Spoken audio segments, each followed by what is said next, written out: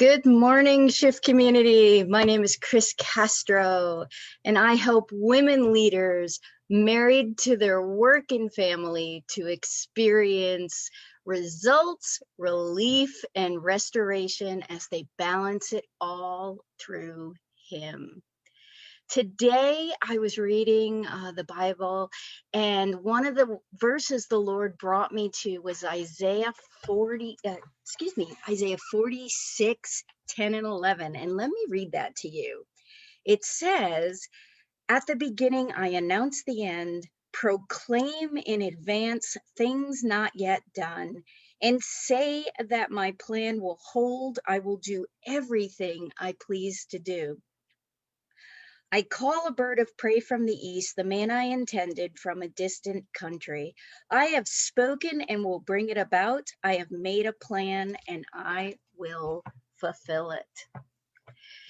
I know this season has been truly unsettling for so many of us.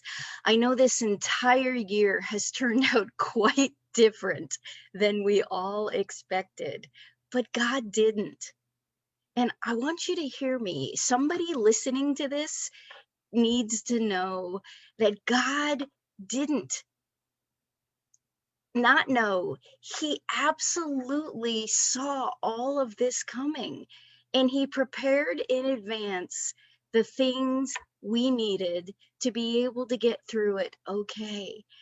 But the way to access those things is complete and utter connection to Him. We have to be able to hear His voice. We have to be able to sense what He wants, what He needs us to do in order to walk in the direction where our provision and resources are gathered. And I don't know who needs to hear this again, but for someone out there who is in a place of true anxiety, just concerned and feeling hopeless, take a second and breathe and just ask the Lord to give you the peace that you have access to. Another verse the Lord brought me to today was Mark 8:33, and that entire section is when Peter finally says, "You are the Messiah," and Jesus tells the disciples not to say anything, and He starts talking to them about His journey, which is going to be full of suffering. He's going to be in conflict with all the Pharisees and all the religious leaders, and eventually He's going to die. He's going to be sacrificed and die. And of course, Peter is like, "No, Lord." And Jesus rebukes him.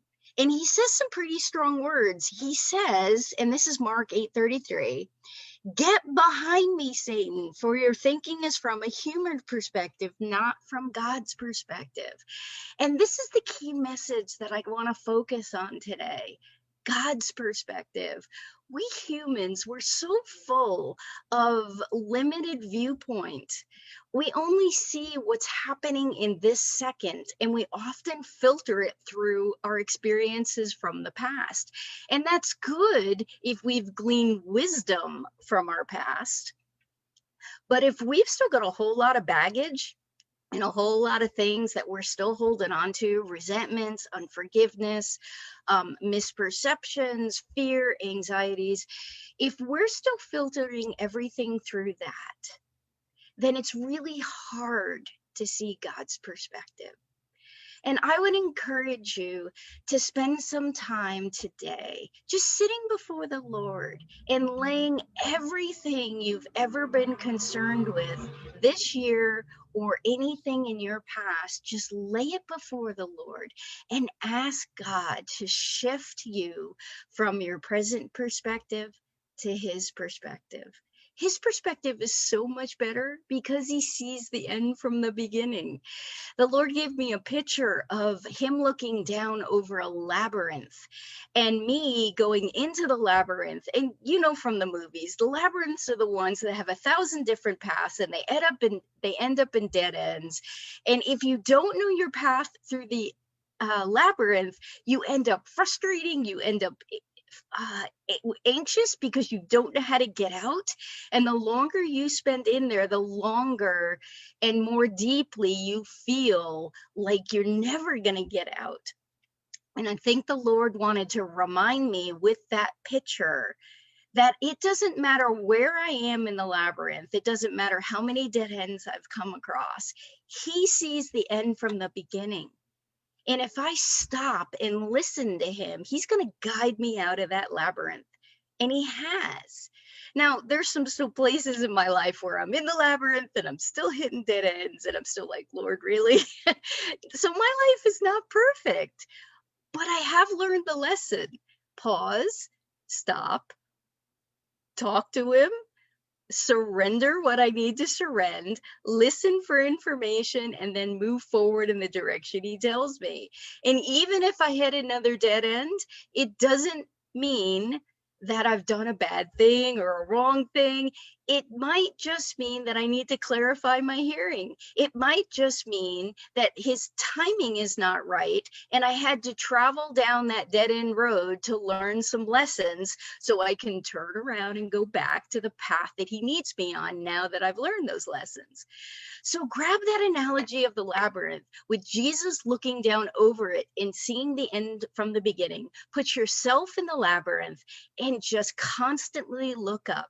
And when you experience a dead end, or you're starting to feel frustrated because the path that you're going to never seems to end up where you thought it would, just breathe peace.